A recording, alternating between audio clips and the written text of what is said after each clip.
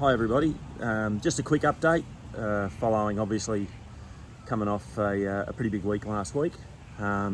Just a couple of real quick updates. Hopefully I've been asking a bunch of people and also been getting some other feedback on the 1981 trial. I think largely across most of the groups the feedback's been really positive in that everyone appreciates having that space and the capacity to be in that space.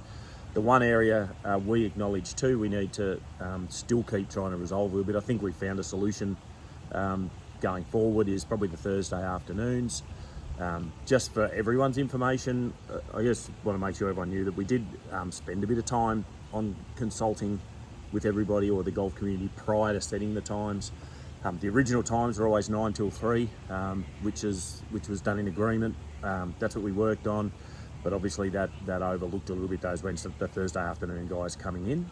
It's taken us a week or two operationally to try and work through, but hopefully we found a way to do that. So I guess we're just saying, please acknowledge this as a trial. We're running with it. As I said, we started absolutely running it in the way that we'd all talked about with the reps from each of the committees, and it's kind of evolved from there. So that one we totally acknowledge we'll be doing a bit of work on. Hopefully you'll see some shifts there and that becomes a bit more accommodating. However, for the other groups, the ladies groups, the vets groups, the feedback we've had via the committee just talking to people has been overwhelmingly positive. So please keep supporting it, keep turning up, that's the key, and we'll keep that punching on for a little longer while we do it, but hopefully we do enough to keep that being a bit of a thing. So good on you and hope you're enjoying it. Just a bit of a heads up on something happening around the venue. So you're probably aware, or you'd be hard not to be aware if you're walking past there, the kitchen renovations that have started. That's probably the first major renovation made to that space in probably 20 years. It's a significant renovation, probably $1 million worth of renovating that will hopefully set that space up for the next 20. But hopefully also will support the kitchen team in some operational efficiencies and best practice stuff that will really make their lives a bit easier and better. And as you know, that's a really important part of what we do, but it will provide a bit of inconvenience. There'll be some menu reviews we have to do, some limitations on what we can do in there for the next month or so. And even with functions and stuff, there's some limitations on what we can do for the next month or so. So, and there'll be a bit of noise and a bit of racket. So I guess if you can just be patient with us, it'll be one of those things that a bit of short-term pain will hopefully give us a lot of long-term gain. So if you can just bear with us on that one. Really, I guess it'd be nice, I suppose, hard not to go past and just wrap this up with what a week last week was. Probably because from our staff perspective, that's what took nearly all our time across everywhere. So I just want to firstly acknowledge what a great week it was under such challenging conditions. Even with the PGA guys, and it's really, they haven't had to deal with anything like that from a heat perspective before. And that tossed so many things up in the air for us on so many different ways. It was so challenging. But what we saw was the amazing resilience of everybody who was involved.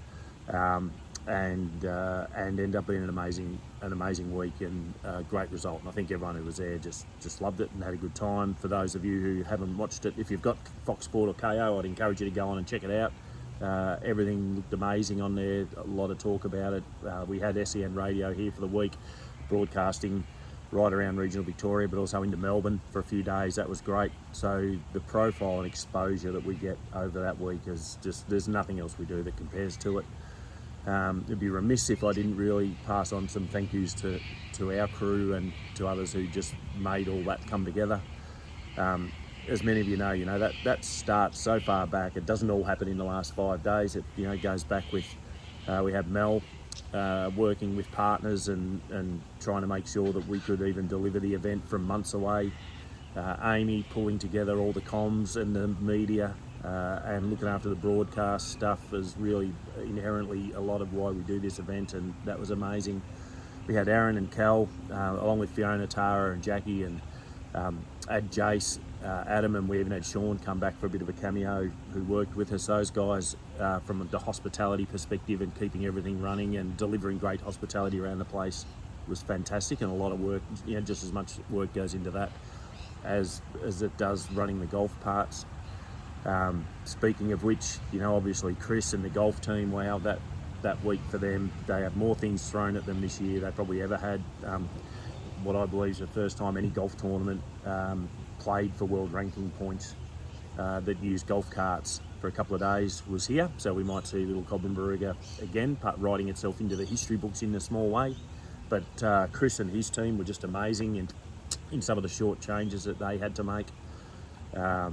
Terry and the grounds crew, wow, and again, just absolutely amazing, all those guys. The challenge of what's a pretty small team. It was great that we had some help with the supers from some other clubs. I'm pretty sure, I won't say now because I might get them wrong, I should have written it down, but I'll make sure we acknowledge that going forward. But there's certainly 2 or 3 other clubs that lent us some ground staff. But to present the course like that anyway is amazing, but to do it under the conditions they did more so, and that was acknowledged totally by everybody. And again, the course delivered some great challenges and good scores comparatively with every other year. Our board, I think it can't go without mentioning our board in this one, because they were terrific through the week. It's really hard for those guys, as you guys know. These guys all have jobs that they have to go to, which is good because it gives us great diversity around the board and committees. But those guys were here all week. They were genuinely helping us out, providing good support, and that's not an easy thing to do. So thank you to all those, the whole team, because they were all here at varying times and helped contribute to a really good week. And finally, how do we not go past again to Liz and Jenny and the crew of 80 odd volunteers who helped out. You guys were just nothing short of amazing for the week again, right through from, I think, Jensen, we had I think we housed something like 80 something billets. Taking people into your homes for the week is amazing, and I know not easy.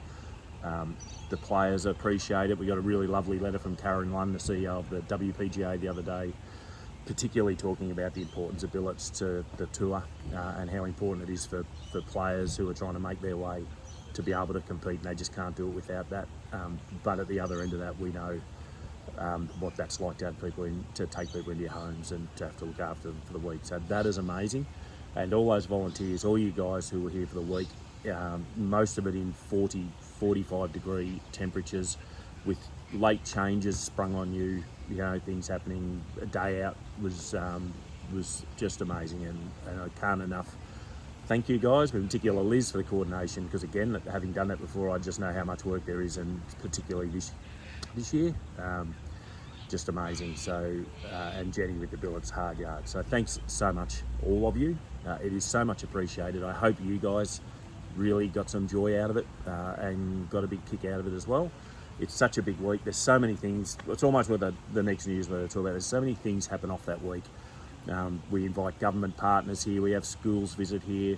There's the black tie ball happened for the first time, which was a success and went off. There's so many things that hang around the edges of that event that add value to this club, that drive our operations in some way for much of the rest of the year. Look forward to seeing what the broadcast numbers and the social media numbers all look like, because as I said, that's one of the main reasons we do it, and then what that turns into by way of supporting ongoing maintenance and growth of visitation in tourism through the rest of the year, which is really, really important. Anyway, I hope that's given everyone an update. I can't think of too much. It's a bit on the run. And as things return back to a bit more normal, good golfing for the next few months. Hope it doesn't get too hot through Feb.